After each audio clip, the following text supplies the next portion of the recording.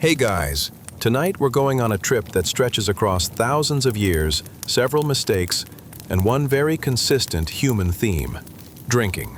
Not modern drinking, not the Instagrammable kind with craft foam or salted rims, but the relentless, heroic sort that kept entire civilizations hydrated, alive, and pleasantly distracted from the fact that life before plumbing was deeply unhygienic. So before you get comfortable, take a second to like the video, subscribe, and maybe leave a comment telling me where you're listening from and what time it is for you.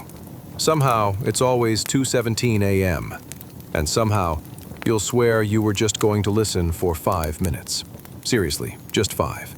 But like all good historical benders, this story might last longer than planned. Dim those lights. Switch on your fan for that perfect white noise hum. Get your blanket adjusted to that elusive, cozy but not sweaty temperature. And when you're ready, exhale, gently, like a medieval monk blowing on a cup of scalding beer soup. Because tonight we're sipping our way through time. From clay pots of sticky Neolithic wine to Egyptian pyramid-building brew.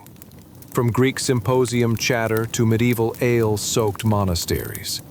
We're following the trail of humanity's oldest lifestyle choice, the one that somehow replaced fear of death with danceable confidence.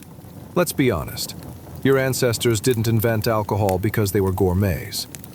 They did it because it was safer than their water. In every ancient era, people looked at a filthy puddle and said, "We can definitely ferment that." Civilization, in many ways, is just a long chain of "don't drink that," becoming "actually it's quite refreshing." Still, there's something humble and lovely in that. Humanity, facing cold, hunger, and confusing deities, found its courage in a cup. Alcohol became the great equalizer. Farmers to pharaohs, soldiers to philosophers, all united by questionable decision-making and communal hydration. So ask yourself a few questions to drift into the mood.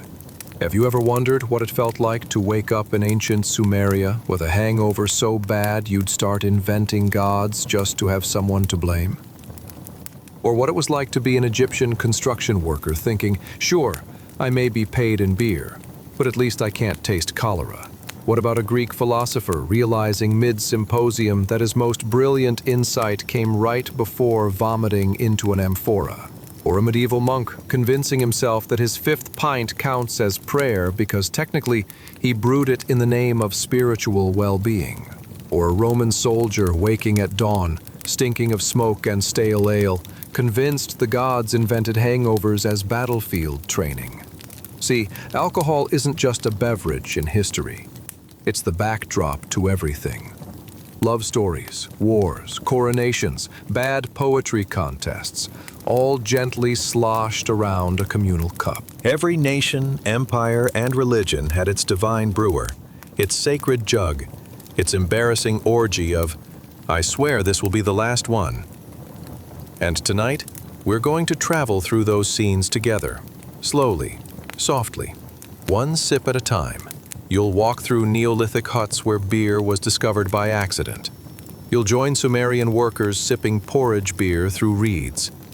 You'll meet monks who brewed for charity and calorie. You'll drift through taverns run by alewives wielding broomsticks of power. You'll watch Cleopatra turn a barge into perfume-scented diplomacy. You'll even march beside Roman legionaries cursing their early mornings and the weight of empire. All sustained by the only thing safe to drink for centuries. All of this, every invention, every argument, every song slurred out under torchlight, started from the same yearning: to find warmth in a cold world, to toast survival in the midst of chaos. So settle in. Wiggle your toes under the blanket until they find the comfiest corner. Let the rhythm of the fan or the whir of the night become the background music to our lightly tipsy timeline. Because tonight, you're not just listening to history, you're drinking it. Sip by soothing sip. Chapter 1. Neolithic China. A bubbling mystery in a clay pot. Close your eyes and imagine a world before clocks, before calendars, before people even realized you could be late for anything. It's around 7000 BCE, somewhere in what will one day be called China, and you are standing in the dusty, smoky gloom of a Neolithic hut. Rush mats squeak underfoot. Outside, the fields look like unfinished business on a cosmic to-do list. Inside, the decor is what interior designers call Stone Age minimalism. Lots of mud, sticks, and if you're lucky, a single dead chicken hanging from a peg. But what immediately draws your attention isn't the sticky mud brick ambiance, or even the prehistoric artwork that suspiciously resembles a stick dog. No, your eyes settle on a large, round clay pot in the corner, a vessel so ancient it makes grandma's casserole dish look futuristic. And this isn't just any storage jar. This one is bubbling, eerily, like something alive, or possessed, or perhaps fermenting. Steam wobbles out of the rim, curling through a shaft of light. The smell is complicated. It's fruity, yes, but more than that.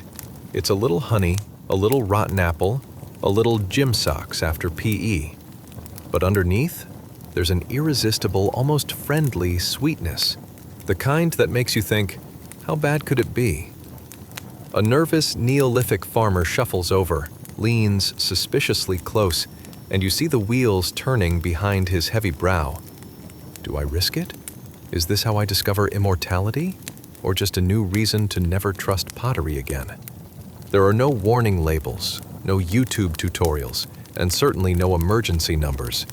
Beside the pot, a hunk of sticky rice, some crushed hawthorn berries, and a honeycomb are piled up, leftovers from last week's attempt at cleaning out the pantry.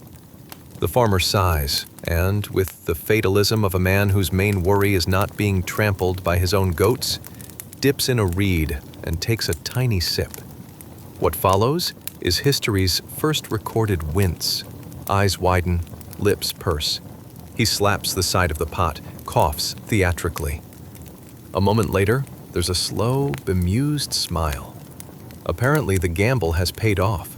The liquid inside is somewhere between a mild buzz and a recipe for talking to trees. It's smooth, tangy, surprisingly complex, especially if you've never tasted anything other than wonky river water and vegetable surprise. In this moment, a cocktail is born, a primordial mixtape of rice, fruit, and honey that will survive 9,000 years, untouched by bartenders, mixologists, or happy hour discounts. Outside, the wind moans through the reeds. Inside, bubbling continues. The world's oldest hangover cure, or its very first hangover mystery, depending on how much you drink. And so the villagers gather. In low lantern light, they take cautious sips, laughter breaking out as tongues loosen and worries melt away. Here's the magic alchemy of alcohol, centuries before. Anyone would bother to name it, tax it, or ban it, gluing together communities that might otherwise have nothing in common except a shared interest in staying alive. Sure, tomorrow may bring headaches and regrets, but tonight, everyone's just a little warmer, a little braver, and, if they squint, almost ready to invent karaoke. The secret is out. When the world gives you rice, honey, and questionable fruit, sometimes the best thing to do is trust the bubbling pot, cross your fingers, and hope you're the first to wake up. Chapter 2. Prehistoric Hero. Goat Philosophy at Sunset. Say goodbye to time as you know it. The sun is a low, spinning blur in the sky, half golden, half the color of a wet clay puddle. You're barefoot, surrounded by a landscape the texture of a half-forgotten dream. Shaggy grass, crumbling rocks, and the endless scent of things that are alive but haven't yet learned about deodorant. There, near the edge of a smoldering campfire, you find yourself beside prehistoric humanity's answer to Aristotle. A youngish, oldish, impossible-to-age human in a shaggy fur tunic. He's clutching a stick in one hand and making wild gestures toward the most indifferent audience in history. A goat. The goat seems deeply unimpressed. It's chewing something unidentifiable, staring off into space like it's seen this performance before. And it has. Every sundown since the Ice Age faded. Every once in a while it glances up, as if to say, "Please don't expect me to clap." Our philosopher has a lot to get off his chest. Through a combination of guttural mms, sweeping hand motions, and stick diagrams scratched in the mud, he's trying to explain what it all means. Why does the sun melt into the grass? Why does water freeze in winter? Why, despite all efforts, does the goat refuse to acknowledge his early theories on property rights? The goat's answers, silent and majestic, are a masterclass in patience and skepticism. But here, against a striped, swirling sunset, you see the first sparks of philosophy, and possibly the earliest case of someone talking to their pets for lack of better company. Why is in the air. Why do things grow? Why do some things hurt? Why, when you close your eyes, does the world keep spinning? He points to the sky and grunts. Maybe he's solving the riddle of the seasons. Or maybe he's just complaining that it's dinner time. The goat, ever stoic, chews on. What you're witnessing is the true dawn of human wonder. A blurry, sun-drenched TED Talk with more grunting than graphics. As stars begin to wink overhead, the goat finally gives in, nuzzling closer. The conversation, unproductive by modern standards, is the birthplace of connection. Long after the fire sputters and our hero curls up in a bed of leaves, you realize, sometimes the deepest questions are their own answers, especially if you're a goat. Chapter 3. Ancient Brew, the 9,000-year-old party stain. Travel thousands of years forward. The ground trembles with the weight of forgotten harvests. Archaeologists, sweating under their hats, brush the dust from a fragment of pottery. Spoiler, it's not just any jar. It's a high-mileage model from Jiahu, China, clocking in at 9 millennia young and still boasting the faint, sticky stains of ancient shenanigans. This jar, now cracked and sun-baked, once held the liquid courage of 100 generations. Think of it as humanity's very first grown-up sippy cup.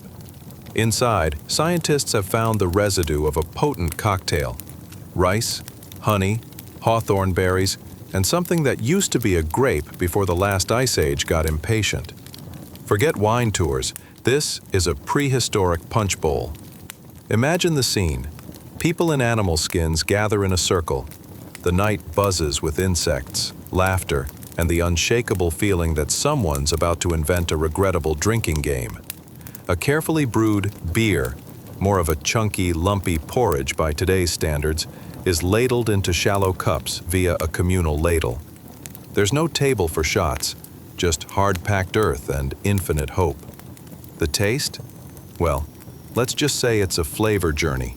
Sharp, sweet, earthy, and definitely suspicious to a modern palate. But it works. People begin to sing. Someone beats a rhythm on a hollow log. Another starts a song that's mostly just hollering. Spirits lift. For a few precious hours, everyone forgets about hunting season, toothaches, and why nobody has invented shoes yet. Now, millennia later, you're peeking over their shoulders, inhaling the aroma of history. The ancient brew is sticky beneath your feet, and the air is thick with secrets. Laughter, sorrow, the possibility that tomorrow's hangover will be world record material. What remains, thousands of years later, is a residue unlike anything else. Chemical traces that whisper of shared human joy, sorrow, and maybe the world's first attempt at drunk karaoke. Chapter 4. Sumerian Beer, Reeds, Communes, and Spilled Secrets. The day has been long, hot, and, let's be honest, precisely the kind of day that makes you want to reconsider civilization as a project. You've been hauling sun-baked mud bricks up and down the endless plains of Mesopotamia, where the air itself feels like a badly managed sauna. The Tigris glints somewhere in the distance, a mirage of coolness you're not allowed to swim in because it's full of crocodiles, lost tools, and your boss's temper. Welcome to the Sumerian workday, where you don't get weekends, Your sandals are a health hazard, and your favorite meal is whatever doesn't hurt your teeth. Luckily, the day is about to end with the one invention that almost makes this worth surviving: beer. Not beer the way you picture it. Carbonated, filtered, and chilled in a metal can with an animal logo. No. Ancient Sumerian beer is thick, brown, and textured. It's part drink, part meal, part group therapy session. Imagine oatmeal that went to college. You follow the crowd, fellow workers smelling faintly of barley, sweat, and triumph, into a shaded courtyard where the daily rations are served. There, under a mud brick canopy, sits a massive ceramic pot, wide, round, and half buried in the earth like a dozing hippopotamus. It's filled to the brim with warm, foamy liquid that has been fermenting since before lunch. Steam curls lazily into the air. The aroma hits first, yeasty, earthy, and strangely homey. It's halfway between fresh bread and sour porridge, wrapped around something vaguely barnyard. To you, this smells like relaxation. You are not alone. The crowd gathers reverently, as if it were a temple offering. In a way, it is. Several long, hollow reeds are propped against the pot. No one here gets their own mug or fancy amphora. This is socialism, Sumerian style. You take one of the reeds, bend low over the vat, and begin to sip. The texture slides across your tongue, murky, creamy, and surprisingly satisfying. Barley sediment drifts around in the drink like tiny reminders that hygiene is still a few thousand years from being invented. It's cold only in imagination, but your brain tells you everything's fine. You glance around. Everyone's faces are softening. The exhaustion is fading into contentment, replaced by the friendly glow of liquid calories. You can feel civilization doing what civilization does best, helping everyone survive their shared misery together. Someone starts singing, a slow, rhythmic chant about the goddess Ninkasi, divine mother of fermentation, protector of parties, and patron saint of 5 more minutes.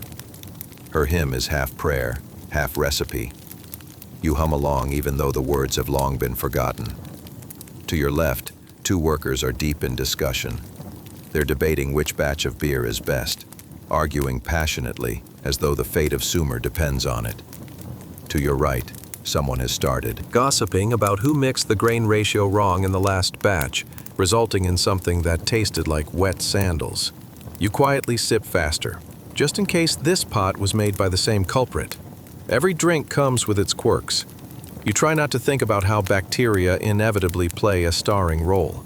After all, what you don't know can't hurt you. And besides, this is the safest liquid in a 50-mile radius. The water is undrinkable unless you like parasites. The fruit juice ferments itself before you can blink. And milk is for those rich enough to own a cow and a death wish. So, yes, you drink the beer. Everyone does. Farmers, bricklayers, even scribes whose job titles include guy who writes about counting barley. Drunkenness isn't so much a vice here as it is a hydration plan, and it shows. The laughter around the pot grows louder, the songs slower, the reed straws clattering as they bump together like tiny hollow swords. There's something oddly tender about it all. By sharing this bubbling, bread-flavored brew, the people of Sumer have invented one of humanity's first social technologies: communal joy. The beer, thick as soup, blurs the edges of exhaustion, of hardship, of whatever existential questions plague someone still discovering plumbing. Somewhere in the midst of this mildly tipsy crowd, your eyelids start to droop. The rhythmic clatter of reed straws becomes a kind of lullaby. You rest your chin against the rim of the drinking vat, feeling the gentle hum of fermentation beneath your skin. Maybe this is what serenity feels like: sticky, communal, and faintly alcoholic. Tomorrow you'll do it all over again. You'll haul mud, build temples to gods who demand better workers' compensation, and count the minutes until evening when Ninkasi's blessing returns. And sitting here now, with your straw in the sacred vat and a chalky grin on your sunburned face, you realize something beautiful. Civilization might be held together with barley paste and wishful thinking, but that's enough. After all, every empire begins somewhere. And if it happens to begin at the bottom of a clay beer pot shared among friends, well, there are far less noble origin stories. So you lean in, take another slow sip, and whisper a silent toast to the Sumerians, the first people to turn bad water and boredom into something worth staying awake for. Chapter 5. Goddess Ninkasi, the divine brewer of buzz. The torchlight flickers in a world still figuring out the fine line between science and miracle. You're standing in ancient Sumer, somewhere around 1800 BCE, where a very important truth has already been established. It's not the gods of war or weather that keep civilization running. It's the goddess of beer. Her name is Ninkasi, and this evening you find yourself in her honor, half in prayer, half in what could generously be called a tasting session. The air smells like wet clay, honeyed grain, and a hint of barley sweat. It's intoxicating before anyone even starts drinking. You're in a courtyard thrumming with life. Workmen, fresh from the fields, gather side by side with scribes who've spent the day writing numbers on slabs of clay. Their hands are cracked, their eyes heavy, but their moods lighten the moment the brewers bring forward clay jugs. These aren't terribly sophisticated vessels. Each looks like something that might collapse if you breathe too hard, but they hold what everyone's really here for: the foamy, sacred gift of Ninkasi. The first sip is an act of worship. The beer is thick, alive, accidental perfection. It covers your tongue like a halfway successful porridge, sweet but strange, tangy in a way that whispers of creation itself. Or spoilage, if we're being honest. Nobody knows exactly why it works, which means it must be divine. A low chant hums through the crowd. You don't need to know the words to feel the rhythm. To Ninkasi, who nourishes the heart, your beer is poured in joy. The line comes from a hymn every brewer knows by heart. Somewhere between prayer and recipe, it's both love letter and instruction manual. The ancient clay tablets of Sumer include this ecstatic, slightly tipsy song praising the goddess who turns water and grain into happiness. Ninkasi, the singer calls out, you are the one who waters the malt set on the ground. You are the one who soaks the malt in a jar. You are the one who spreads the cooked mash on great reed mats. That's right. The goddess of alcohol wrote her own recipe long before humans invented cookbooks, or even coherent morning-after excuses. As you sip, you notice the temple workers stirring a large vat with long reeds. The mixture gurgles, breathes, and twitches like it's only pretending to be inanimate. Someone mutters that the spirit of Ninkasi is moving in the brew. Someone else nods, as if that explains the smell. Before long, the crowd is laughing. Clay cups pass hand to hand. Lovers whisper. Even the priests relax, cloaks undone, content that their goddess has blessed this day with her golden touch. The beer is more than a drink. It's community, an edible connection to comfort and divine mischief. But what makes Ninkasi fascinating is how practical her divinity is. She isn't a goddess of vague virtues or faraway stars. She's the goddess of surviving another 14-hour day of hauling barley, making bricks, and trying not to collapse in 120-degree heat. Her followers thank her not for miracles, but for clean hydration and a fleeting sense of happiness. She's the giver of life, and also of mild dizziness, and honestly, isn't that what civilization runs on? You glance up and imagine her standing above the city, crowned with barley stalks, a pitcher in hand, wearing the serene expression of one who knows her creation keeps everyone from rioting. Unlike storm gods and warrior kings, Ninkasi asks for no sacrifices, only a little faith, a lot of yeast, and a willingness to stir the pot until something wonderful happens. The beer flows, the laughter grows warmer and more chaotic, and as night settles in over Mesopotamia, you find yourself part of something ancient and enduring. Humanity, it turns out, built its first cities not just with clay and muscle, but with communal hydration and good cheer. Tomorrow, everyone will wake up covered in dust, perhaps mildly headachy, and go back to stacking bricks for a temple none of you can enter. But for this evening, the dusty courtyard feels close to heaven. The last of the brew disappears from your cup. You tilt the vessel back, letting the last earthy sweetness slide down your throat. Someone raises their cup skyward in reverence and mumbles, Tuninkasi. The crowd echoes it softly, reverently, slurring in unison. The goddess, somewhere on a higher plane, or maybe just hovering invisibly above the tavern roof, smiles. Civilization drinks on. Chapter 6. Egyptian rations, bread, beer, and bureaucracy. You wake up under a sky so bright it feels personally offended by your very existence. Somewhere near Memphis, or maybe Thebes, like most workers, you've lost track. Your day begins not with coffee, but with the muted thud of someone shouting about grain quotas. Welcome to ancient Egypt, land of gods, pyramids, and the finest carbo loading the world has ever known. You stretch, brush a fine layer of sand from your linen kilt, and stare out toward the construction site looming in the distance. There it is, your boss's greatest dream, and your chiropractor's greatest nightmare. Another pyramid. You're not a pharaoh, not even a fancy priest. You're a worker, an employee of the divine public works sector, and your reward for hauling stone in 115-degree heat is simple: bread and beer.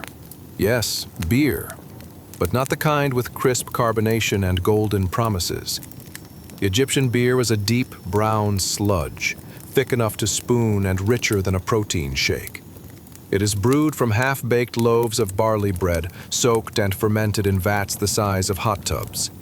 Every morning, the brewer's apprentices stir their bubbling concoction with wooden paddles, muttering praises to Hathor in the hope the beer won't turn into a war crime.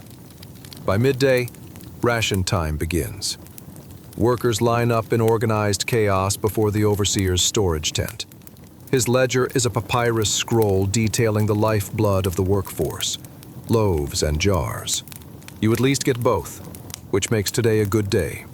The man behind you mutters that yesterday he got half a loaf and a suspiciously watery brew. You shuffle forward, collect your daily portion, and sit down on a shady rock.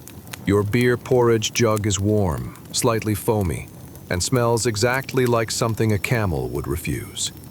You sip. The texture is chunky, there's grit, and yet, it's glorious. The rush of barley sweetness cuts through exhaustion. You're drinking civilization's first energy drink. Strangely, this brown brew is what keeps Egypt running. Forget the Nile. Beer is the true river of life. The laborers drink it, the scribes drink it, and even the priests drink it, though they pretend it's for ritual purposes. Beer isn't luxury here, it's currency. It's safer than water, more filling than soup, and just intoxicating enough to make you forget you've been stacking limestone since sunrise. The overseer shouts something about pace, but no one moves faster. The baked air hums with quiet rebellion and faint burps. Far off, a group of children laugh as they sneak sips from their parents' leftover beer. It's low in alcohol, safe for them, and probably the only way anyone survives to adulthood. It's a coming-of-age ritual disguised as a thirst solution. Later, as the sun dips down like molten copper into the dunes, you listen to the quiet murmur of your fellow workers. Some discuss the gods. Others debate which brewer makes the least lethal batch. You start to realize this beer is more than nutrition. It's community therapy. Each shared jug is a small rebellion against the heat, the hierarchy, and the ever-present possibility of dehydration. Beer writes itself into the very economy.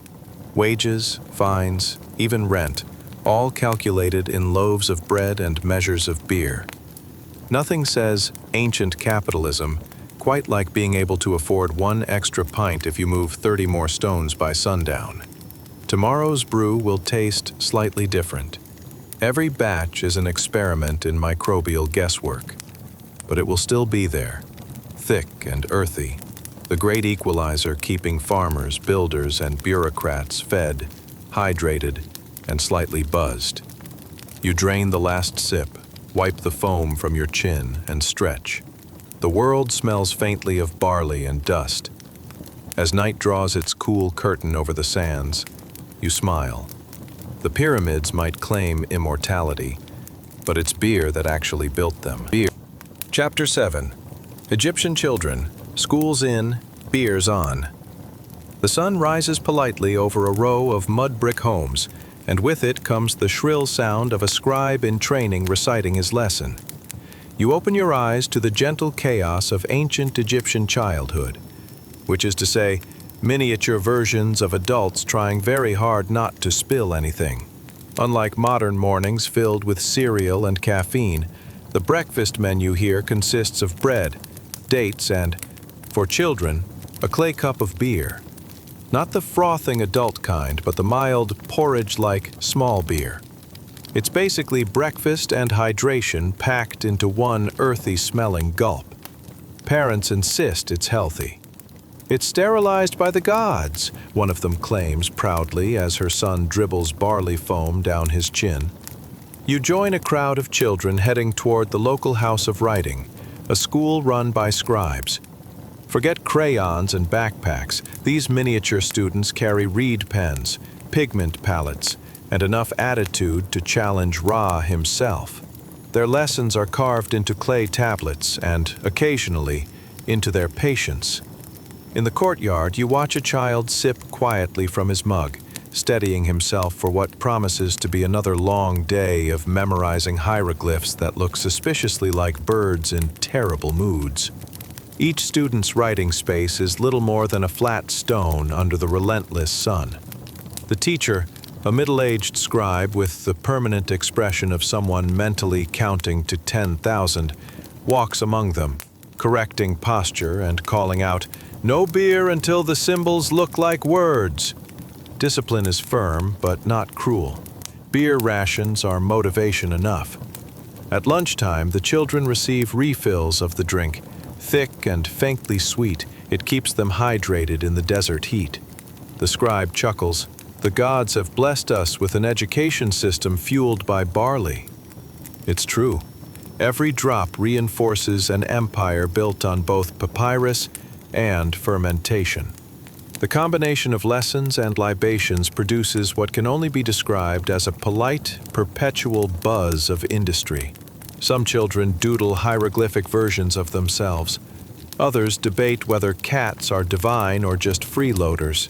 The argument escalates until a teacher sighs and pours himself a small sip of beer, muttering that peace offerings work wonders even in literacy. By mid-afternoon, fatigue sets in. The air filters turn molten, the ink clumps. Tiny heads nod. The smell of fermenting bread wafts from homes beyond the courtyard. The children's laughter fades into soft murmurs, eyes half closed. Ancient Egypt's version of a post-lunch nap struck midway between philosophy and heat exhaustion. What's extraordinary is how ordinary it all feels. These children aren't building monuments or guiding barges. They're living proof that civilization depends as much on routine as on genius. They will grow up to write tax receipts, grain measures, maybe poems too. Hathor. For now, they're simply drinking their future, one clay cup at a time. When the class ends, each child tucks their reed pen behind an ear and trots home, giggling. Their mothers greet them with more bread and watered-down beer. Fuel for another evening under a sky crowded with gods who, if you squint, might just be smiling too. The day closes with laughter, barley, and the promise of another sunrise. You realize something profound as you drift off to sleep. The story of human progress may have been written on papyrus, but it was edited, proofread, and occasionally slurred in beer. Chapter 8. The Greek Symposium. Debating ethics and watered wine. You blink your eyes open to late afternoon sunlight, filtered through marble columns and olive groves. Congratulations! You've woken up in classical Greece, where philosophy is a sport and hangovers are a civic duty. You're reclining awkwardly on a low couch, propped up by cushions that feel suspiciously like rocks with fabric aspirations. A slave drifts by carrying a silver crater, a large bowl filled with deep red wine and a heroic amount of water. The water is there to make sure nobody decides to lecture about virtue naked on a roof again. The Greeks learned moderation the hard way. This is a symposium, part dinner party, part philosophical brawl, part ancient open mic night. Around you, toga-clad men lean on one elbow, debating truth, purpose, and which brand of olive oil truly defines masculinity. Someone plays a lyre softly nearby, the melody mingling with laughter and the scratch of reed pens, taking notes that will eventually confuse every future student of ethics. Your host, an Athenian with teeth too white to be real, raises his cup and begins.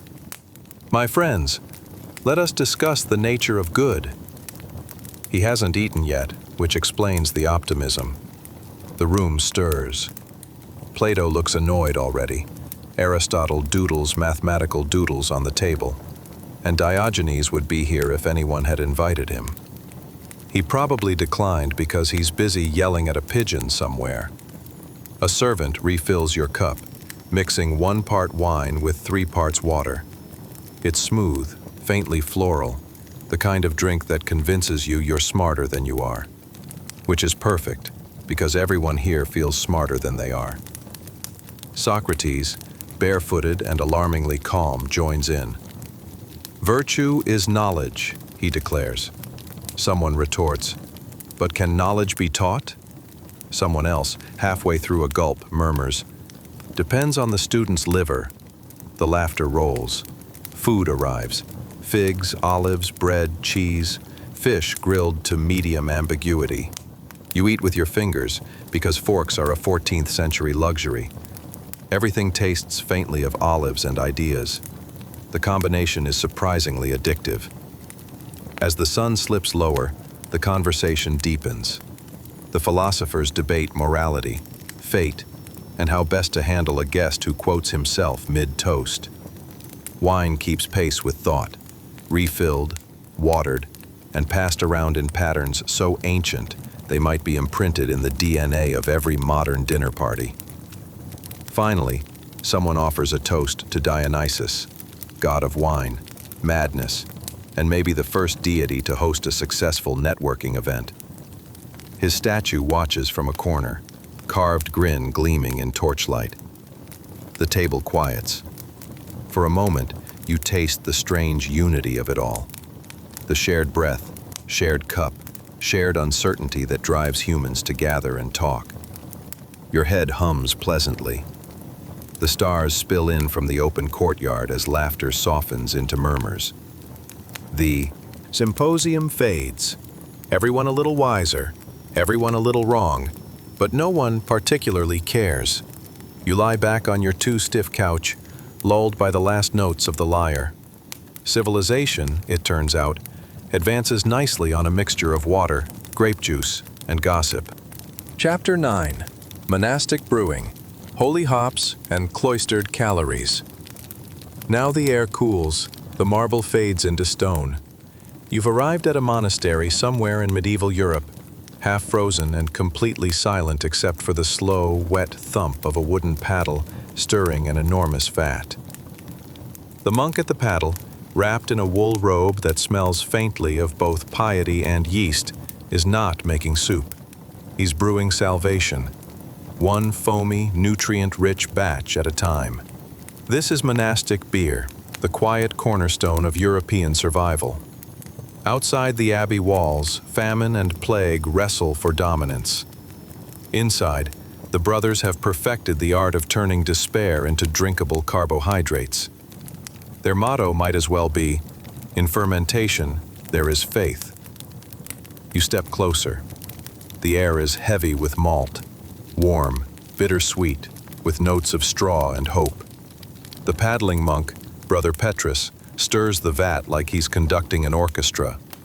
The beer bubbles patiently, a living sermon of yeast and science. Bread you can drink, Petrus whispers fondly. His fellow monks nod. Who needs angelic visions when you've got 8% ABV in progress? In this cold stone world, beer is more than indulgence. It's nutrition. It's safe when water isn't, filling when food is scarce, and a fine excuse for silence when the abbot's sermon goes long. Every monk's daily meal quietly includes a tankard, thick as stew, rich enough to replace dinner altogether. The process is ritual. Grain is soaked, pounded, mashed, heated, blessed. Hops join the mixture later, part preservative, part miracle seasoning. The result is comfort in its simplest, sudsiest form. And in the candlelight of the monastery cellar, every bubble feels sacred. You listen as Petrus hums an off-key hymn to St. Arnold, patron saint of brewing. Bless the yeast, he chants. Keep the batch unspoiled. Faith here looks remarkably similar to trial and error. Outside, the bell rings for vespers. The monks kneel, robes pooling, murmuring prayers amid the faint tang of fermentation. And after their final Amen, they stand, stretch, and pour themselves modest-sized mugs of their latest experiment. Divine approval in liquid form. You sip alongside them, warmth spreading through both body and half-frozen soul. It's sweet, tangy, comforting, a medieval hug you can swallow. The torchlight glints off the foam, and for a fleeting moment you understand how belief and brewing have intertwined for centuries. The monks call it industry, the peasants call it charity, but secretly, it's survival. In a cold world where almost everything is uncertain, the beer keeps steady time. Grain, mash, prayer, repeat. When you finally leave the monastery gates and step into the night, snow crunches beneath your old sandals. Behind you, laughter rises among the stone arches, low, reverent, and just slightly tipsy. You glance back once and smile. Whatever history remembers these monks for, surely it should include gratitude for clean drink, full stomachs, and the gentle realization that holiness often smells faintly of barley. Chapter 10. Alewives and Taverns, Women, Brooms, and Barroom Logic. The wind smells like roasted meat, burnt wood, and bad decisions. You push open the creaking door to a medieval tavern. Low ceiling, packed benches, laughter rough as gravel. An alewife, cheeks glowing and apron flour-dusted, runs the show like a general without patience for nonsense. She sits behind a broad wooden counter, stirring her latest batch of ale with a broom handle. The broom is both utensil and advertisement. Hung outside the door, it signals fresh beer within. Early marketing genius. "Mind your coin and your elbows," she calls over the clamor. "And if it's not brown, it's not strong." Her patrons cheer. Medieval taverns are democratic in all the best and worst ways. Peasants sit beside craftsmen, off-duty soldiers beside suspicious merchants, all united by one shared luxury, something safe to drink. The air rings with laughter, insults, and lute music that only 3 people can actually keep rhythm to. You find a seat near the hearth, soak up the sticky warmth, and glance into your mug. The ale is cloudy, flat, flecked with residue, unpasteurized history in every gulp. It tastes like bread and smoke, but there's sweetness there too. You're drinking liquid survival, and probably someone's rent money. At the heart of it all stands the alewife, brewer, accountant, bouncer, and brewer again. Brewing, after all, is women's work here. The alewife keeps her family fed and her street hydrated. When she's not stirring vats, she's warding off both drunks and inspectors. Legends say some wore pointed hats so that customers could spot them through a crowd. Centuries later, someone would confuse that with witchcraft. You watch her serve a visiting knight who keeps insisting on credit. "Credit," she echoes sweetly. "Sure, once your armor makes itself." The room explodes in approval, and you can't help laughing. She's half comedian, half economist. Beyond the doorway, twilight thickens. Rain hits the roof in a steady rhythm. Inside, the tavern glows like an island of warmth. Conversation drifts between arguments about taxes and grand tales of ghosts, or possibly just tax collectors again. You realize this is where history actually happened.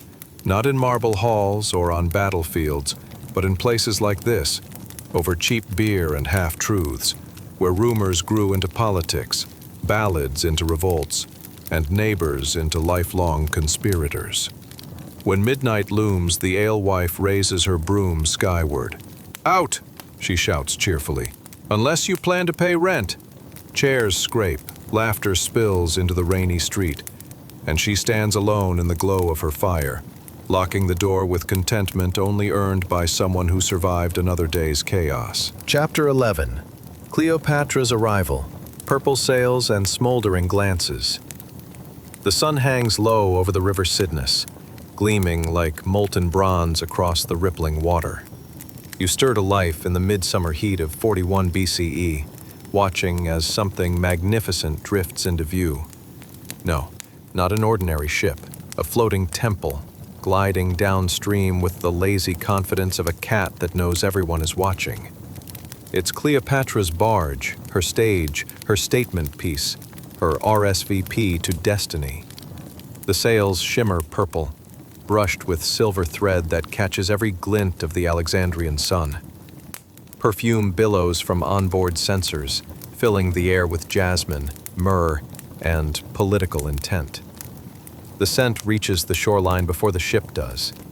Somewhere on that riverbank stands the Roman general Mark Antony, pretending not to gape. You, meanwhile, are wedged among the crowd, merchants, soldiers, curious locals, all mumbling the same thought. This is not how normal monarchs enter town. Doves flutter overhead. Flute players lean lazily on the railing, performing something light and absurdly catchy. Rows of attendants fan Cleopatra herself, the queen reclining on golden cushions, dressed not merely as royalty, but as the living goddess Isis. Gold dust glitters at her temples. She's more legend than woman. Even the wind seems choreographed. Antony's soldiers, used to the gruff efficiency of the Roman camp, gape as if civilization itself has changed sides. Their general steps forward, bronzed, battle-scarred, handsome in that "I haven't had a proper nap since Gaul" way. He's expecting a queen.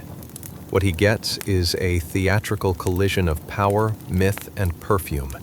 His jaw does something embarrassing. Cleopatra smiles, the kind of smile that implies she's already won. Their eyes meet for the first time, and somewhere backstage, history begins scribbling faster. He invites her to dine with him. She declines, graciously. Instead, she invites him, to her barge, her rules, her lighting. That night, you drift down the Cydnus once more, watching torchlight shimmer on the water's surface. Musicians play softly. Wine flows. Cleopatra, poised at the head of the table, commands attention without effort. Her laughter ripples like silk. Antony, formidable conqueror of armies, is conquered instead by conversation. Hours pass, or maybe centuries. The air grows heavy with warmth and incense. Even the river's current seems slower, reluctant to disturb this moment of theatrical peace. Somewhere behind you, two Romans whisper. One mutters, "The queen knows what she's doing." The other replies, "Yes, and so does he." The question is, who enjoys surrender more? You smile faintly and turn away. The city lights fade into darkness as Cleopatra's gilded barge floats on, the world's most glamorous diplomatic maneuver, leaving behind the unmistakable scent of honey, rebellion, and history about to get complicated. Chapter 12. The Inimitable Livers. Antony and Cleopatra incognito. Fast forward a few months. Alexandria, fragrant and chaotic, hums under a moon that never minds being watched. You stand at the edge of a crowded tavern, smoky, loud, and very unroyal. But the couple in the corner, dressed simply, are anything but common. That's them, Antony and Cleopatra, disguised as ordinary citizens. Their laughter rings sharper than any jewel. Gone are the crowns and guards. Tonight they are free, blending with sailors, merchants, poets, and palm readers. Cleopatra wears a linen shawl, her face half shaded by lamplight. Antony has swapped his general's armor for a humble tunic and a grin that looks out of practice. It's the first relaxed smile he's worn since the Senate learned her name. Together, they sip thick Alexandrian wine, oblivious to how ordinary it tastes. Their entourage of confidants tries to keep up. Cleopatra challenges Antony to drink contests. He accepts foolishly, Roman to the core.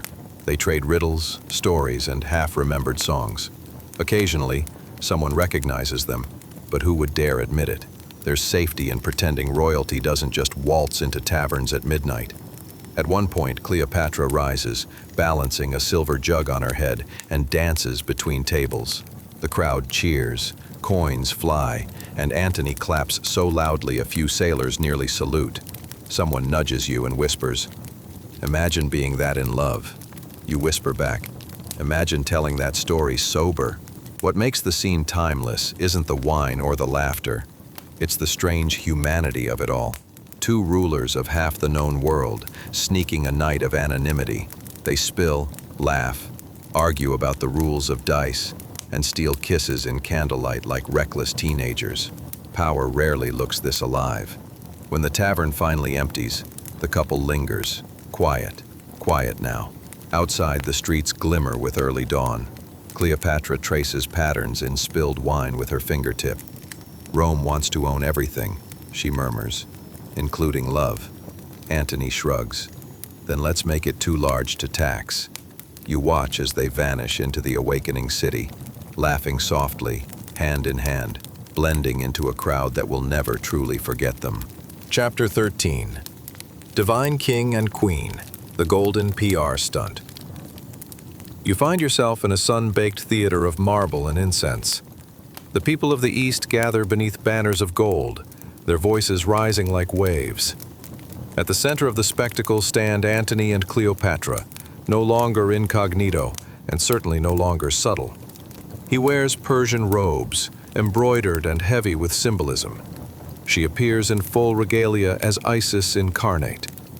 Behind them shimmer their thrones, solid gold, twin reminders that humility has absolutely no place on today's schedule. Crowds chant their names. Musicians strike up triumphal melodies. It is history's most dazzling public relations campaign. The Roman general and the Egyptian queen present themselves as the living embodiment of divine union. Strength and fertility, empire and eternity. You take in the details. Gold dust sparkling in Cleopatra's hair, Antony's lion cloak, servants scattering petals like desperate applause. The display is equal parts religion, politics, and manifesting energy. The citizens cheer, not entirely sure whether they're attending a coronation or a live myth-making session. A Roman diplomat murmurs near you, "He's gone native." His companion replies, "He's gone spectacularly native." Both of them look nervous. Rome doesn't do well with equals, and Antony has just announced one. The queen raises her scepter. The crowd hushes. In a voice calm and commanding, Cleopatra declares the dawn of a united destiny. Titles fall like confetti. Their children called kings of kings, their future tied to sun and Nile. Antony beside her radiates that dangerous blend of devotion and pride that precedes every good tragedy. But politics hums beneath the poetry. Everyone knows this display is a message, not just to the adoring Egyptians, but to Rome itself. The divine couple have chosen their stage, an empire built on spectacle, daring anyone to interrupt. As the ceremony reaches its glittering crescendo, you can't help but feel the weight of irony. Power, when gilded heavily enough, tends to sink. Yet tonight the illusion is perfect. The torches flare, perfume thickens the air. Even the skeptics are briefly entranced. You watch Cleopatra glance sideways at Antony. A quick, private smile amid divine posturing. For a moment, two humans peer out from behind the masks of gods, sharing the quiet thrill of getting away with something enormous. The applause peaks, the drums thunder, the world blinks in gold. Civilization, always fond of theater, witnesses its favorite act yet, when love, ambition, and vanity intertwine so tightly. No one can tell where faith ends and propaganda begins. You lean back, half dazzled, half exhausted, and realize, for a fleeting, fragrant instant, the universe believed in them. And that is how history falls in love. Chapter 14. The Battle of Actium. Naval chaos and smoke. Dawn cracks over the Ionian Sea, and the world is about to get loud. For once, you wish you'd stayed in bed 2 millennia later, on a quiet Sunday morning, with something less stressful than 500 Roman warships yelling at each other. But here you are, standing on the deck of Cleopatra's golden flagship, surrounded by the smell of tar, bronze, sweat, and impending bad decisions. The sky is pink, the sea glitters, birds scatter from the masts as the trumpets begin to blare. The message is simple and universal. It's about to get messy. Mark Antony stands at the prow, jaw clenched, cape flapping dramatically in a wind that seems designed purely for him. You swear he practiced this pose. Cleopatra, beside him, tries to hide her worry under coal-lined eyes and the calm composure of someone who knows how history tends to treat women with opinions. The enemy fleet, commanded by Octavian's Admiral Agrippa, spreads across the horizon. It's methodical, efficient, terrifyingly Roman. They've got more ships, trained crews, and worst of all, none of the romantic impulse that's motivating your side. You glance down the line of Antony's ships, some already tilting at odd angles, others carrying extra treasure instead of extra sailors because someone decided good luck charms were more useful than manpower. The first collisions are deafening. Wooden hulls crash, oars snap, water explodes upward. Men shout, arrows whistle. The thick air smells of pitch and panic. A sailor beside you, young and far too cheerful, yells, "It's fine! The gods love chaos." Moments later, a flaming oil jar lands 2 feet from him, proving the gods also love irony. Cleopatra's flagship weaves and dips through the mayhem, her sailors rowing with terrified grace.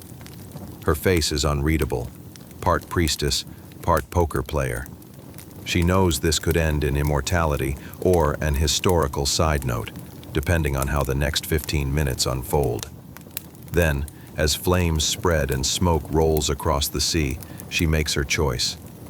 The crimson sails unfurl. Her ship turns south, away from the carnage. Whether it's panic, strategy, or divine intuition, no one's sure. But what is sure is that Antony sees her go. Without hesitation, or frankly much logic, he abandons his command ship and follows. The general who once conquered half the known world now chases one woman's golden vessel through a sea of disbelief. His fleet begins to crumble, morale sinking faster than the ships themselves. Behind you, the horizon becomes a wall of fire. The wind changes. Smoke rolls low over the waves, wrapping everything in ancient tragedy's favorite perfume. The sailors curse, pray, leap into the water, and cling to anything that floats, including questionable decisions. When the sounds finally fade, night has swallowed the sea. The stars show no partiality. You stare into the dark water and think about how fragile glory really is. How quickly ambition burns when lit by love and fueled by ego. History will remember this battle as the end of an era. You'll remember it as the day when a hero followed his heart and possibly forgot the rest of the fleet. Chapter 15. Final Embrace. The window, the queen, the curtain. The air in Alexandria is heavy with the smell of lotus, myrrh, and the kind of despair that lingers after every plan goes sideways. The war is lost. The lovers have retreated. The grand palace has grown quiet. That fragile hush that comes when both victory and escape are off the table.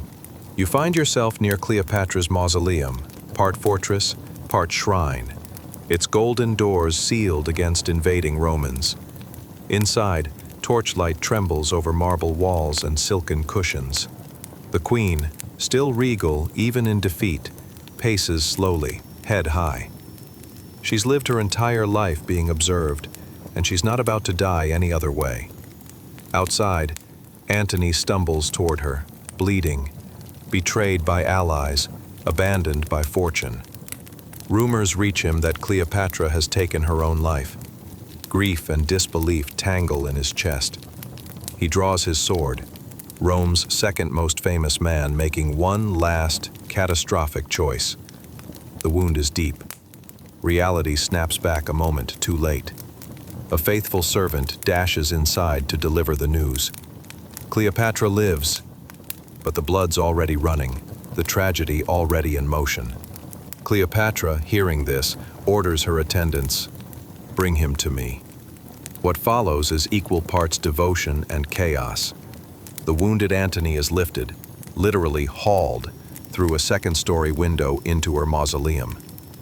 The sight would be almost comical if it weren't so heartbreaking. Soldiers huffing, a Roman hero dangling mid-air, a queen guiding him with trembling hands.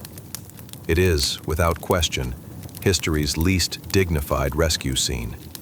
Finally, he collapses into her arms. She cradles him gently, robes stained crimson, face calm, eyes older than her years. The noise of Rome, of empires, of everything else, disappears. Their final conversation is simple. Antony tells her not to mourn, that he loved her more than glory. She tells him to rest, that love is its own empire. Their words dissolve into whispers. When his last breath leaves, the torches flicker, as if the entire city exhales too.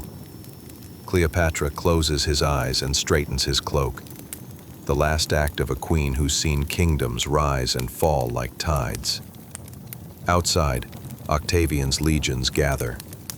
Inside, Cleopatra begins to prepare for her own ending, not of defeat, but of control. She will not march captive through Rome's streets. As night deepens, the queen turns toward the mural of Isis above the altar, the goddess who once promised eternity. The candles burn low, the silk rustles softly. Somewhere beyond, the sea sighs. You take one last glance and understand. History is written not by winners, but by those who knew how to make their losses unforgettable. Chapter 16. Roxana's Dance. Daggers, armor, and destiny. The air is thin and sharp at Sogdian Rock, a cliff-top fortress rising like a question mark above Central Asia. You blink and find yourself amidst Macedonian soldiers whispering about their king, Alexander. He stands transfixed, every trace of conquest momentarily forgotten. Because there, in the torchlight, Roxana is dancing. The daughter of a Bactrian nobleman, she moves with fierce precision, part threat, part beauty. A dagger glints in her hand, tracing arcs of silver through the air.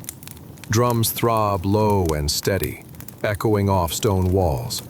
The night's chill cannot breach the heat of that gaze. You stand among soldiers who fought 1,000 battles, yet not one of them dares to breathe too loudly.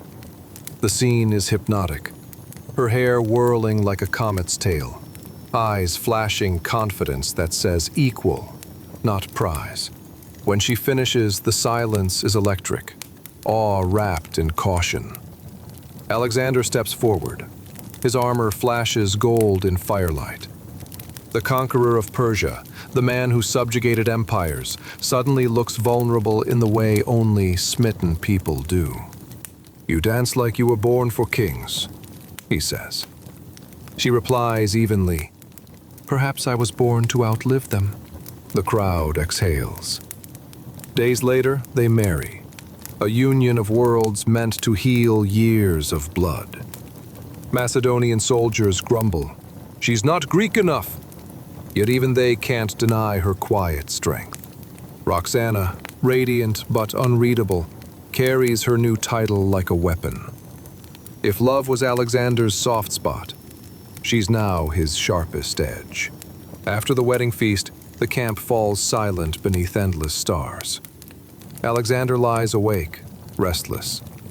You sense in him that same tragic brightness, the ambition that burns through everything it touches.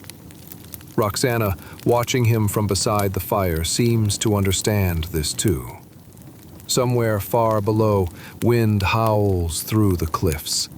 The drums are silent now, but their rhythm lingers in your pulse. You realize this was no fairy tale romance. This was destiny, disguised as a dance, and both partners knew exactly how dangerous that could be. Chapter 17. Alexander and Hephaestion, brothers of the battlefield. The desert breathes dust. A brittle dawn rolls over the plains, catching on armor, sweat, and the steam rising from tired horses. You blink, and you're suddenly part of the Macedonian army, an ocean of men and ambition stretching across the horizon. Alexander rides in front, gaze fixed on a point far beyond the edge of the known world. Beside him, as always, rides Hephaestion, his companion, comrade, and the only person alive who can get away with telling him when he's being impossible. He does this often. They are an odd pair at first glance. Alexander, small, intense, eyes blazing like he personally discovered passion. Hephaestion, taller, calmer, his expression that of a man who knows how to wait out storms, even ones wearing a crown. They move in rhythm, even their horses keeping the same pace, like two halves of one thought. You ride behind them, watching as dawn turns the battlefield into a painting of bronze and dust. It's quiet before the clash. The army hums low with old songs and sharper fears. Alexander checks his blade, polished, mirror bright, and grins faintly at his friend. "Ready?" he asks. Hephaestion just raises one eyebrow, the ancient world's equivalent of a sarcastic emoji. When the horns sound, the stillness bursts. The line rushes forward, shields banging, the sky splitting into chaos. Arrows squeal, metal finds metal, voices rise and vanish. You catch glimpses of the two of them mid-battle. Alexander shouting commands, hair matted with blood and sand. Hephaestion guarding his flank with terrifying grace. It's less like fighting and more like choreography at the edge of mortality. Hours later, the dust begins to settle. The enemy retreats toward the mountains. Alexander dismounts, soaked in sweat, eyes alight with victory.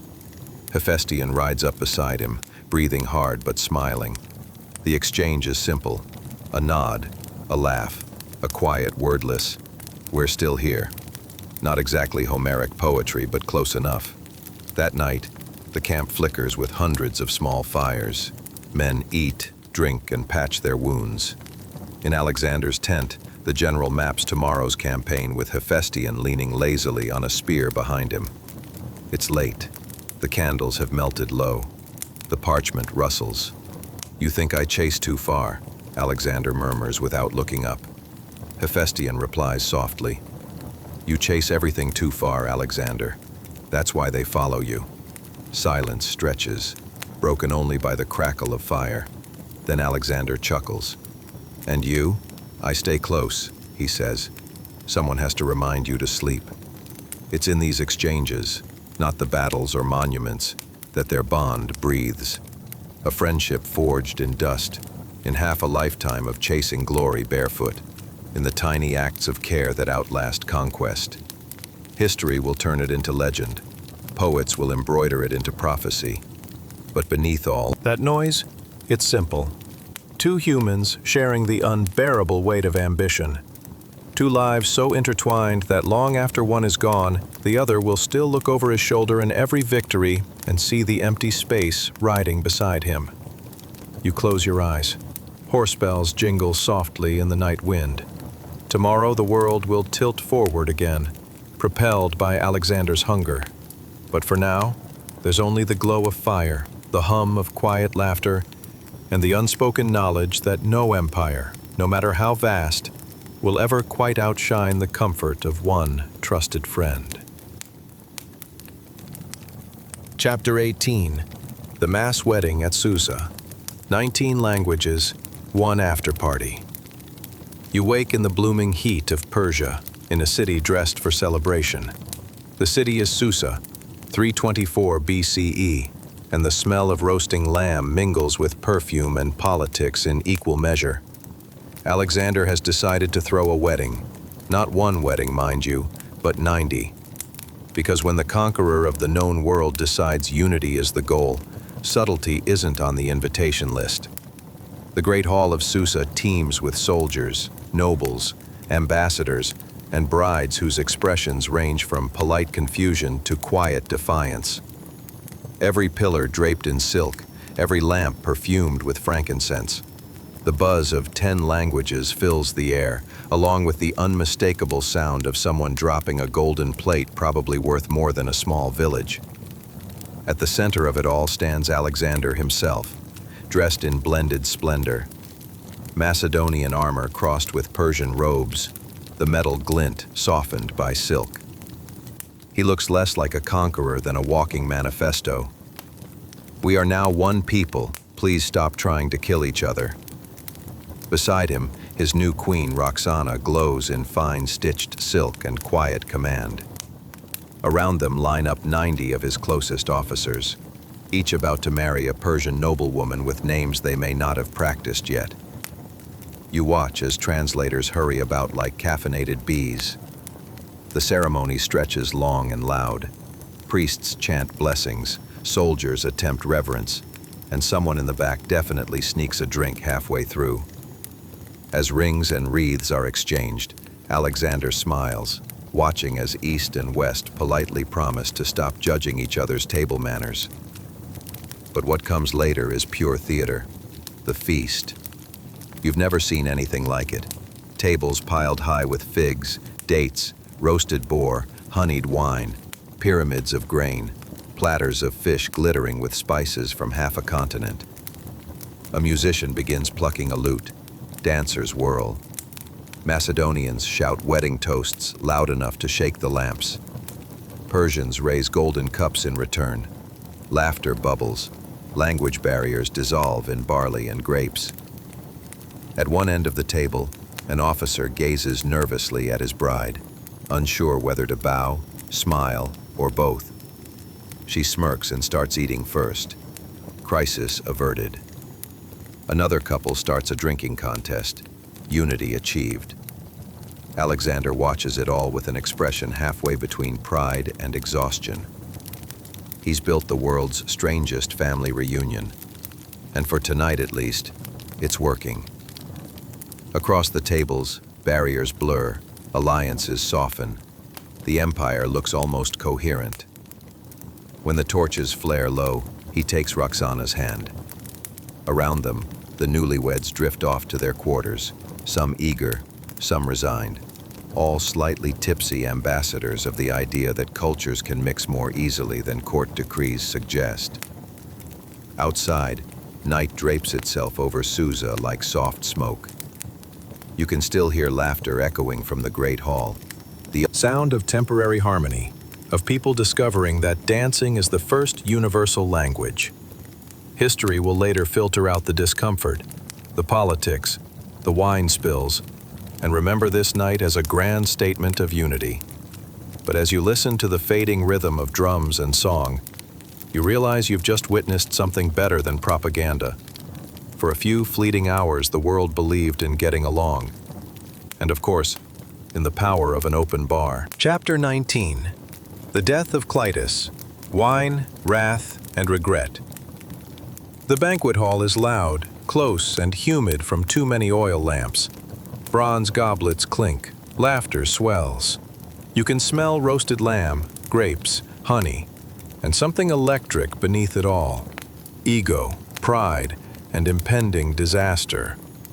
You are in Macedon, near the heart of Alexander's traveling empire, an empire that has marched too far, too fast, and now tries to drown its exhaustion in drink. The king, only 32 but already a legend, sits at the head of a long table covered in food and trophies. His cheeks are flushed with wine and victory. Across from him, Clitus the Black, one of his oldest friends and generals, looks equally flushed, but for different reasons. Everyone's had a lot to drink. And by a lot, I mean the kind of amount that turns philosophy into bad karaoke and friendship into duels. The talk begins playfully. Someone praises Alexander's campaign in Asia. Someone else adds that he has surpassed even his father, Philip. Clitus laughs, loudly and bitterly. Surpassed Philip? He scoffs. At least Philip built the throne before sitting on it. A dangerous pause follows. The room cools ever so slightly. Alexander, eyes gleaming, smiles too slowly. "Would you accuse me," he says softly, "of dishonoring my father's memory?" Clitus doesn't back down. He's known him since boyhood, fought beside him before the crown and the legends. "I accuse you," he says, "of forgetting it. Around you, soldiers suddenly decide their plates are deeply fascinating objects. Musicians trade nervous glances. The servants pretend to take a sudden interest in rearranging figs. The argument spirals, words sharpen, threats linger. Clitus, emboldened by fermented courage, tells the king he's become a tyrant drunk on his own myth.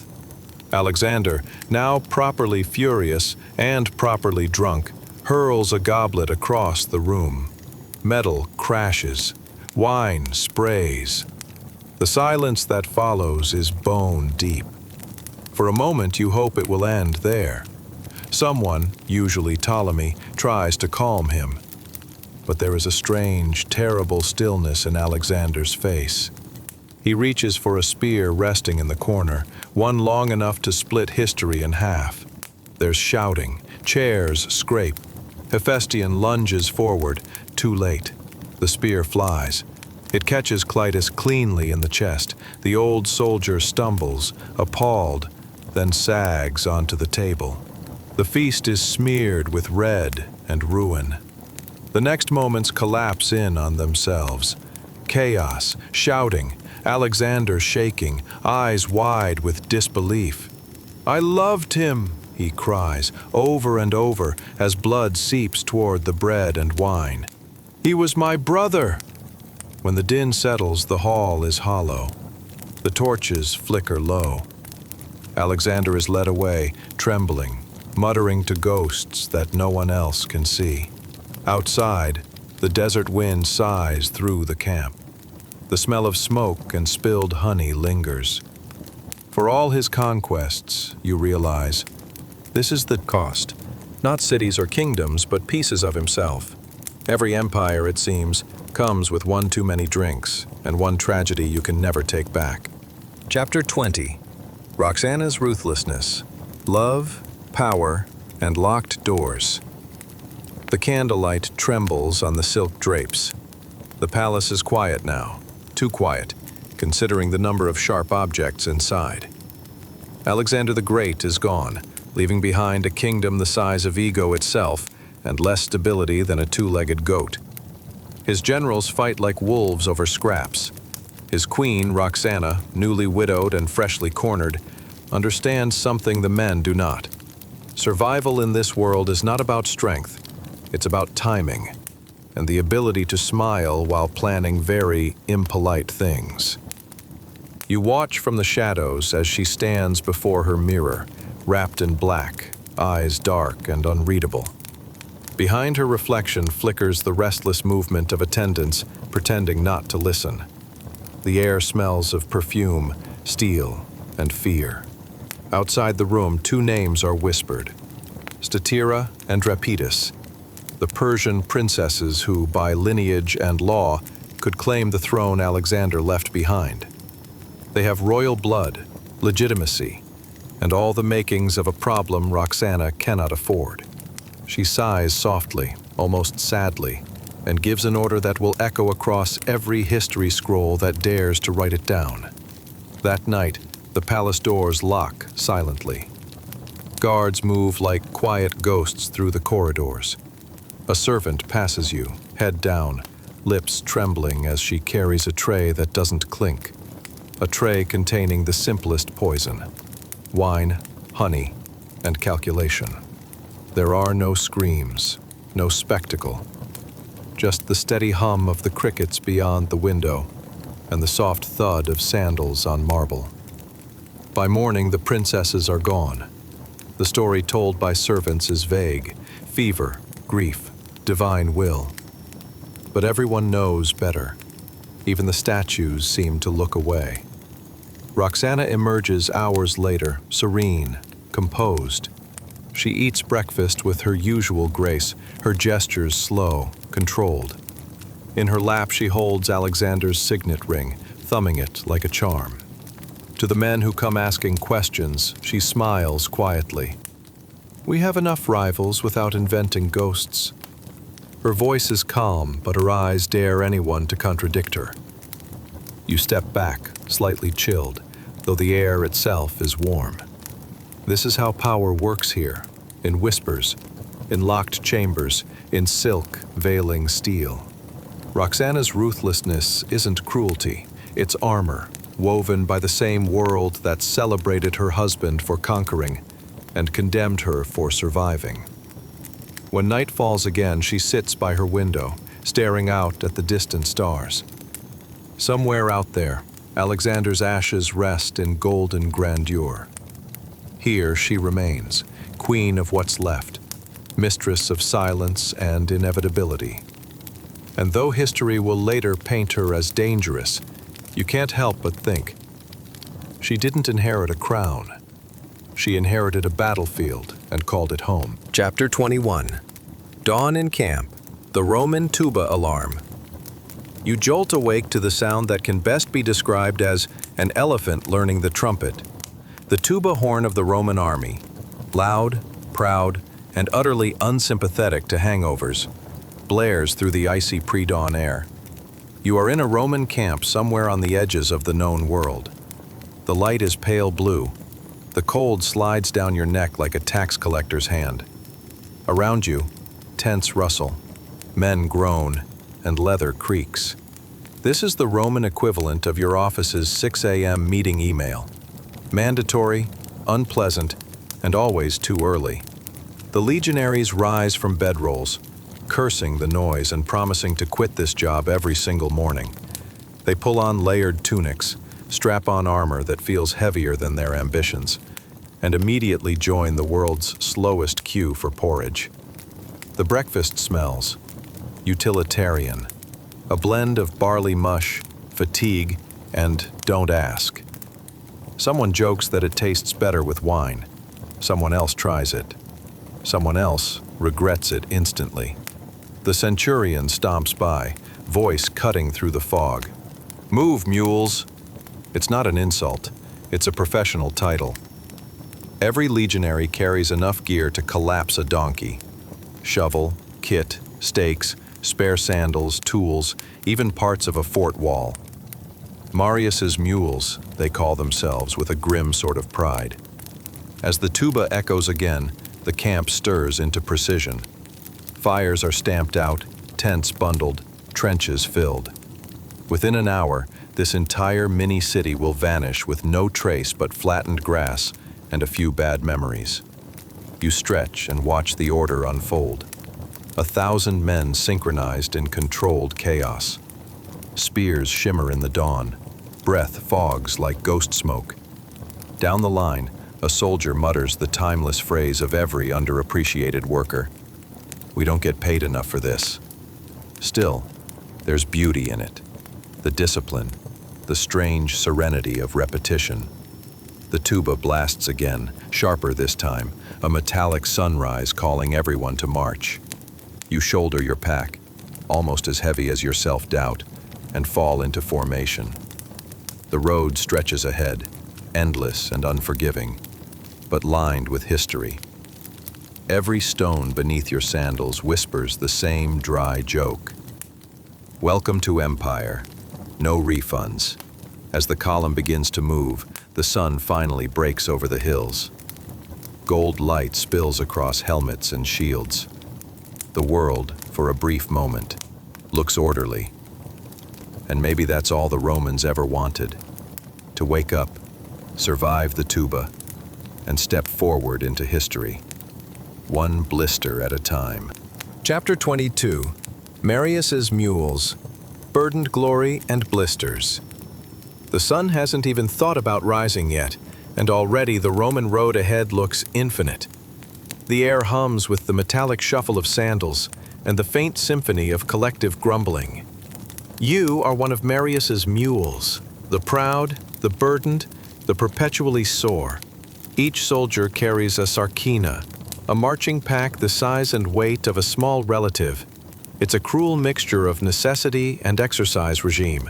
Weapons, armor, rations, a shovel, a wooden stake for fort building, cookware, cloak, sandals, tent parts, and the universal weight of regret.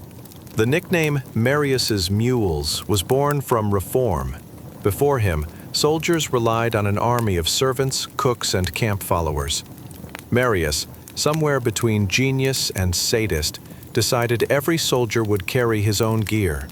Efficiency, he called it. You call it back pain that echoes into eternity.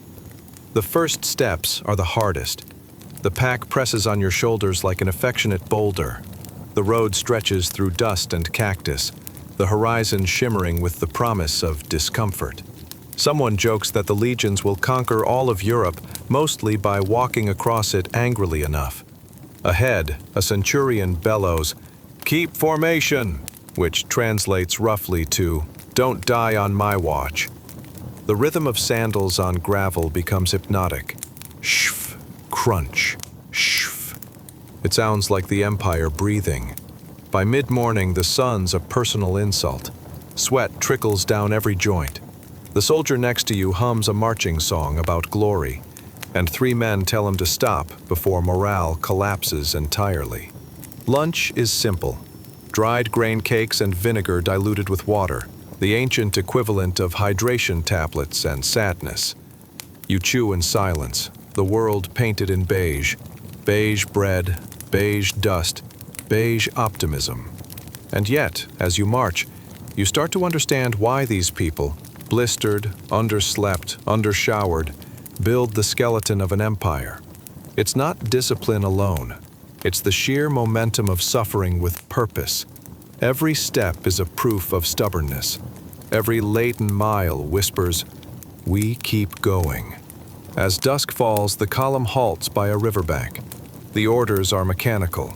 Dig trenches, raise stakes, pitch tents. No soldier is too noble to use a shovel. Within an hour, you've conjured a small, fortified city from wild land, complete with drainage, fire pits, and bad jokes about cooking. A comrade groans beside you, dropping his gear. "Mules, they call us. I've seen smarter beasts with lighter loads." You laugh, weakly, because laughter is lighter than the pack. You lie down that night staring at the stars. They look back impassively, tiny, eternal sentinels watching a world that insists on walking itself into dust. The fire crackles, the soldiers snore, and beneath it all runs the quiet thought that maybe this ache, this unity, is what empire actually feels like. Tomorrow, you'll lift the pack again without thinking, because you're a Roman soldier, a human mule, and history has a long memory for those who refuse to stop walking. Chapter 23. Camp Instruction. Pop-up City of Perfection. The whistle cuts through the air. "Camp!"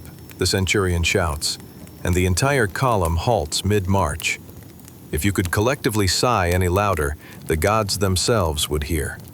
You drop your pack, staring at the barren patch of dirt before you.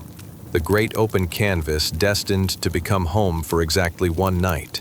The Romans are obsessive about camps. It doesn't matter where they march, Gaul, Syria, the North Sea, they'll carve geometry into wilderness by sunset. First, the groma, A simple surveying tool, 4 weights dangling from crossbars, is set up by the engineers. They mark out the camp's perfect right angles. No wasted space, no guessing. The whole plan is drawn from memory, the blueprint embedded in every soldier's training. Then the work begins. 2 trenches, an earthen rampart, stakes hammered in to form a palisade. Pickaxes clink, shovels scrape. Dust billows into your face until you can't tell whether your sweat or the dirt is doing more damage. You dig with the dull rhythm of exhaustion. The soldier next to you comments between breaths. They say the gods favor geometry. You grunt. I'd prefer they favored hammocks. Hours pass. Slowly the camp takes shape, a grid of order rising out of chaos. Roads appear. Via Praetoria for officers, via Decumana toward the rear. Everything precise, durable, Roman. Tents line up like obedient children. Fires appear where the engineers designated them. By sundown, you stand in something extraordinary. Yesterday this was wilderness. Now it's a city, with roads, defenses, communal cooking pits, and even a makeshift latrine system, surprisingly technical for people who believe wine is medicine. At the camp's center rises the Principia, the headquarters, where commanders draft letters home about glorious victories that haven't happened yet. Over there stands the general's tent, a small palace. Over here, your tent, half collapsed, canvas smelling faintly of goat regret. But it's beautiful in its way. There's a strange peace in watching chaos bend to deliberate hands. Night drops suddenly. Fires flicker. The camp hums softly with laughter and muted pain. Everyone's washing armor with dusty rags, repairing straps, muttering prayers to Mars for fewer blisters. You stretch your aching back and look around. The ground is flat, defensible, predictable. You realize that a Roman camp isn't just a military invention. It's comfort, structure, everything human beings crave while pretending they don't. And tomorrow, this entire grid will vanish, erased by the march, rebuilt elsewhere. Civilization itself carried on calloused feet, constructed and destroyed in rhythm with the beating of the heart. You lie down inside the half-lit tent. The earth smells clean now, almost tamed. For tonight, the camp is a masterpiece, and you, a weary artist made of bone and discipline. Chapter 24. The Principia. Maps, bread, and tactical hope. Candlelight dances on bronze armor, casting tiny reflected suns across the walls of the Principia, the Roman army's headquarters tent. Inside, it smells of wax, leather, and anxiety disguised as strategy. You stand near the back, pretending not to eavesdrop. Several officers huddle over a wooden table covered in maps drawn on papyrus. Inked lines snake like veins between mountains and rivers. Tiny pins and breadcrumbs mark troop positions. Yes, literal breadcrumbs, Roman multitasking at its finest. At the head of the table sits the legate, calm, grim, deeply caffeinated in the absence of coffee. His brow furrows as he traces the routes. "Tomorrow we break west," he says, voice low. "We'll meet resistance."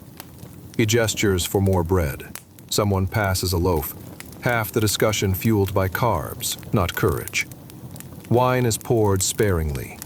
The official ration is 1 cup, though unofficially, history suggests otherwise. Outside, the camp rustles. The sentries switch posts. The night wind hums with distant wolf calls. Inside, soldiers debate logistics. How much grain remains? How many horses survived? Whether crossing that river again is worth the drama. Someone jokes, "We could just ask the locals nicely to surrender." Silence greets him. It wasn't that kind of century. The legate finally straightens, gaze sweeping the tent. Rome expects results. Translation, don't lose or there'll be paperwork. You watch as one officer picks up a dried fig and places it on the map. "This," he says, "is where we'll force the flank." The legate nods gravely, as if edible markers give plans spiritual weight.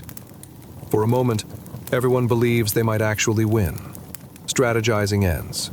Soldiers bow out one by one, stepping into the icy dark. You stay behind a moment longer, staring at the wax-streaked table, the quiet heart of a machine that conquers continents, fought one loaf at a time. The legate sighs and looks up. Get some rest. Tomorrow we march. You step outside. Stars glow silver above the ramparts. The fires die slowly. You realize that empires don't move on courage or cruelty alone. They move on maps drawn under candlelight by men who eat too much bread and dare to hope the lines will hold. Chapter 25. The Night Watch, Spears, Silence, and Restless Dreams. The camp is a sleeping beast. 20,000 men lie sprawled in orderly rows of leather tents, snores rising like slow waves on the dark air. The fires, once loud with talk and boasting, have shrunken into embers, pulsing faintly in their trenches. Even the wind tiptoes through the camp, too polite to wake the soldiers. But not you. You're on the vigil. You're standing atop the freshly made palisade, a spear in one hand and a torch smoldering at your side. The wood is rough beneath your fingers, the air cold enough to make your knuckles ache. Somewhere behind you, a mule shifts restlessly. Somewhere ahead, a wolf calls, long, low, and impatient. The Legion's night watch is an exercise in paranoia disguised as discipline. 3 shifts rotate through the hours of darkness, the most hated being the middle stretch, late enough that everyone's asleep, early enough that even the stars look tired. Of course, that's the one you drew. You lean on your spear, scanning the tree line.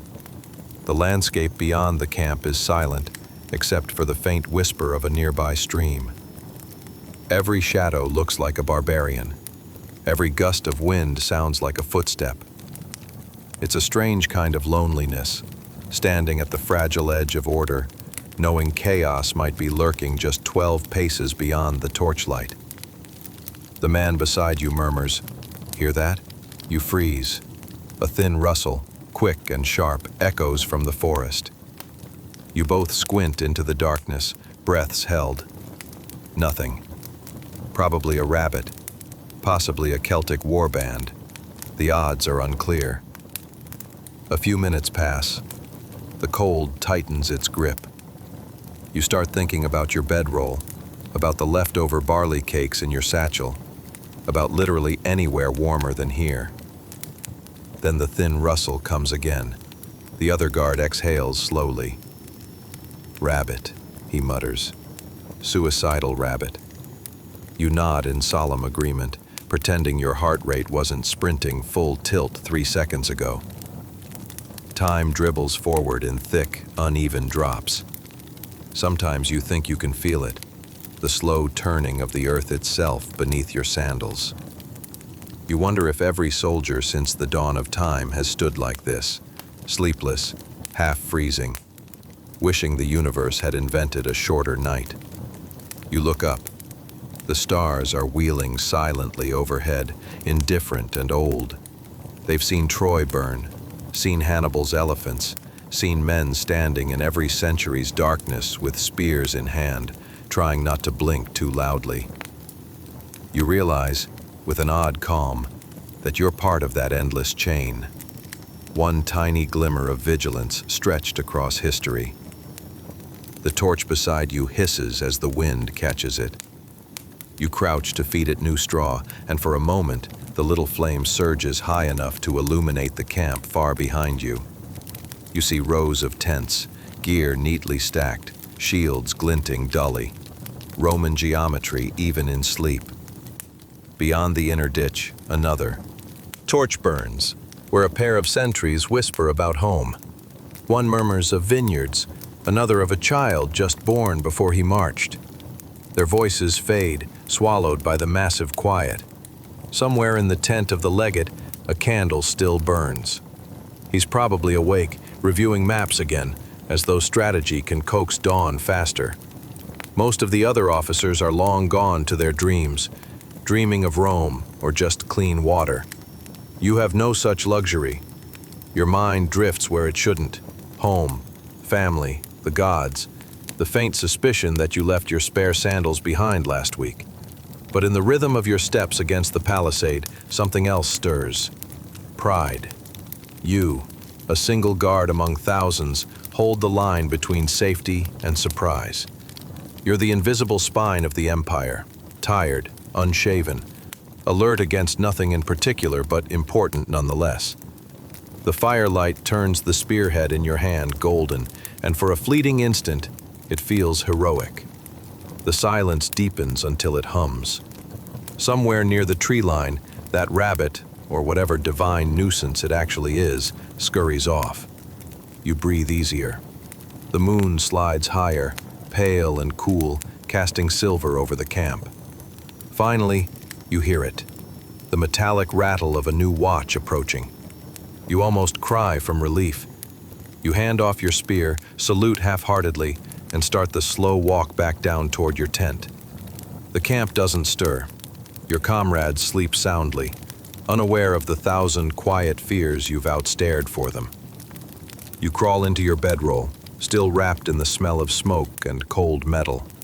The earth feels soft, the wool scratchy, and that first breath before sleep is sweeter than wine. As your eyes close, the torches dim from gold to ash, and the last thing you hear is the whisper of the horn signaling the next guard's turn. A lullaby played on the edge of empire. For now, the night belongs to the watch. By dawn, the road will call again. So tonight, as you rest under your clean sheets, maybe spare a quiet thought for the generations who came before you, the people who built, brewed, and blundered their way through history. Dusty farmers, tired builders, monks with wooden paddles and far too much barley on their hands. They lived without air conditioning or antibiotics, surviving on luck, stubbornness, and whatever mildly fermented thing wouldn't immediately kill them. They woke before dawn, prayed for decent weather, and carried on through plagues, wars, and deeply questionable plumbing. They lived hard, laughed harder, and somehow ended each exhausting day around a shared cup, finding comfort in the simplest miracle, that people, even then, could make something warm and golden out of grain and hope. It's easy to think of history as kings and empires, but mostly, it's ordinary souls doing their best with the tools and hangovers they had. People who built pyramids with bread and beer, who marched across continents because Rome told them to, who brewed salvation in monastery cellars, who turned loneliness into laughter in smoky taverns. Together they carried humanity forward, one messy, glorious day at a time. And now, thousands of years later, you sit safely with clean water, electricity, and a bed that doesn't double as a flea habitat.